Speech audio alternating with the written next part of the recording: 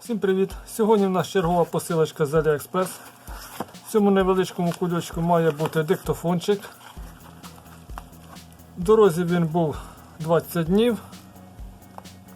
Доставочка була через нову пошту, тому і дійшло так швидко. Давайте його зараз звідси дістанемо.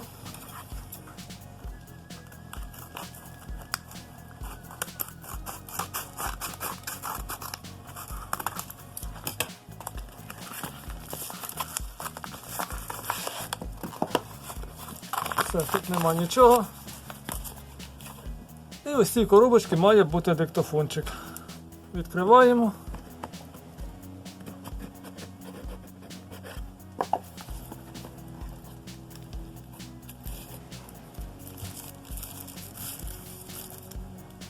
В комплекті сам диктофончик.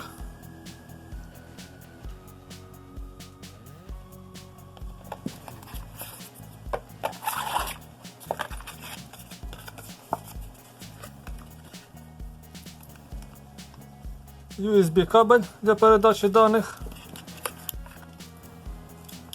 Ну і інструкція на англійській мові.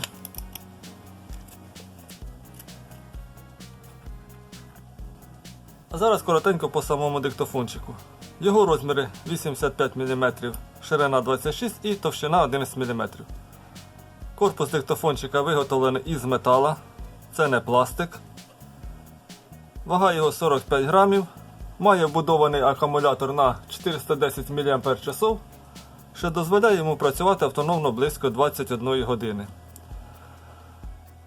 І по кнопочках. Зверху маємо два мікрофончика, роз'єм для підключення гарнітури, спереді дисплей для відображення інформації, кнопки керування,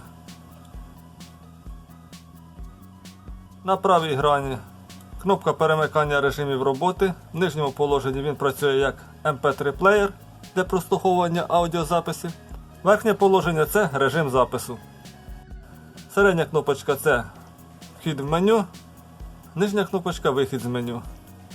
На лівій грані розташований роз'єм microUSB, кнопка скидання і слот під карти пам'яті microSD. Підтримуються карти пам'яті розміром до 32 ГБ. Сам плеєр має внутрішню пам'ять в моєму варіанті 8 ГБ. Існує ще на 16 ГБ і на 32 ГБ внутрішньої пам'яті.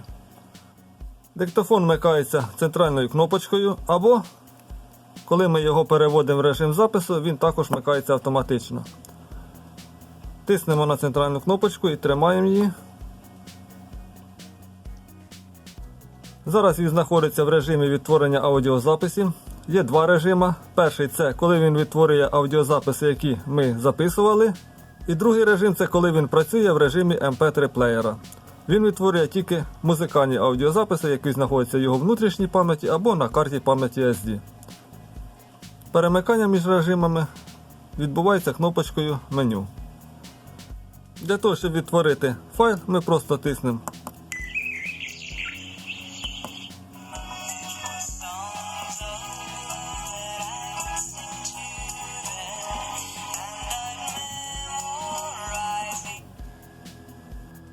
Для того, щоб перейти в режим запису, ми передвигаємо цей боковий повзуночок вгору і диктофон починає запис. Як ми бачимо, лівий і правий канали показують рівень сигналу, відповідно час, формат, в якому ведеться запис. Для того, щоб зупинити, ми можемо передвинути повзуночок цей вниз. Файл автоматично зберігається і диктофон переходить в режим відтворення записаного файлу. Зараз ми запишемо тестовий файл для перевірки, як він пише. Раз, два, три, 4, 5. Тестовий файл на цифровий диктофон з AliExpress. Зберігаємо.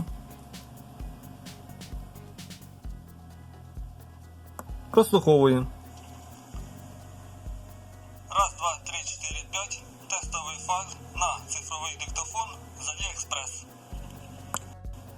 Добре, потім подивимося, як воно буде звучати на комп'ютері. Раз, два, три, 4, 5. Тестовий файл на цифровий диктофон з AliExpress. Тепер коротенько по самому меню. Для того, щоб зайти в меню, ми тиснемо кнопочку меню і утримуємо її близько 3 секунд. Меню частково перекладене на російську, частково на англійський, але тут нема нічого складного. Перший пункт – це налаштування запису. Тут ми можемо вибрати аудіоформат, в якому буде записуватись наш файл MP3 або WAV. Другий пункт – бітрейт, в якому буде записуватись наше аудіо. Третій пункт – запис з мікрофона або з гарнітури. Четвертий пункт – це чутливість мікрофона. Не рекомендую ставити на максимум, тому що цим самим ви підсилюєте шуми. П'ятий пункт – довжина аудіозаписів 30 хвилин, 60 хвилин, 120 або максимум. Слідуючий пункт – це автоматичне вмикання запису по голосу. Тут можна виставити чутливість або і взагалі його вимкнути. Далі в нас йде автоматичний звукозапис за розкладом. Тут можна виставити час початку запису, час завершення. Слідуючий пункт – це системні налаштування. Тут можна виставити дату і час, мову меню, також поставити пароль на відтворення файлів, відформатувати карту пам'яті або внутрішню пам'ять, також скинути все до заводських налаштувань. Слідуючий пункт – це можна переглянути аудіозаписи, які знаходяться в пам'яті. Далі йде режим відтворення. Тут можна налаштувати, як буде вести себе диктофон в режимі MP3 плеєра. Він може змішувати файли, повторяти або просто програвати їх почергово. Параметри відтворення ви можете налаштувати еквалайзер або взагалі його виключити.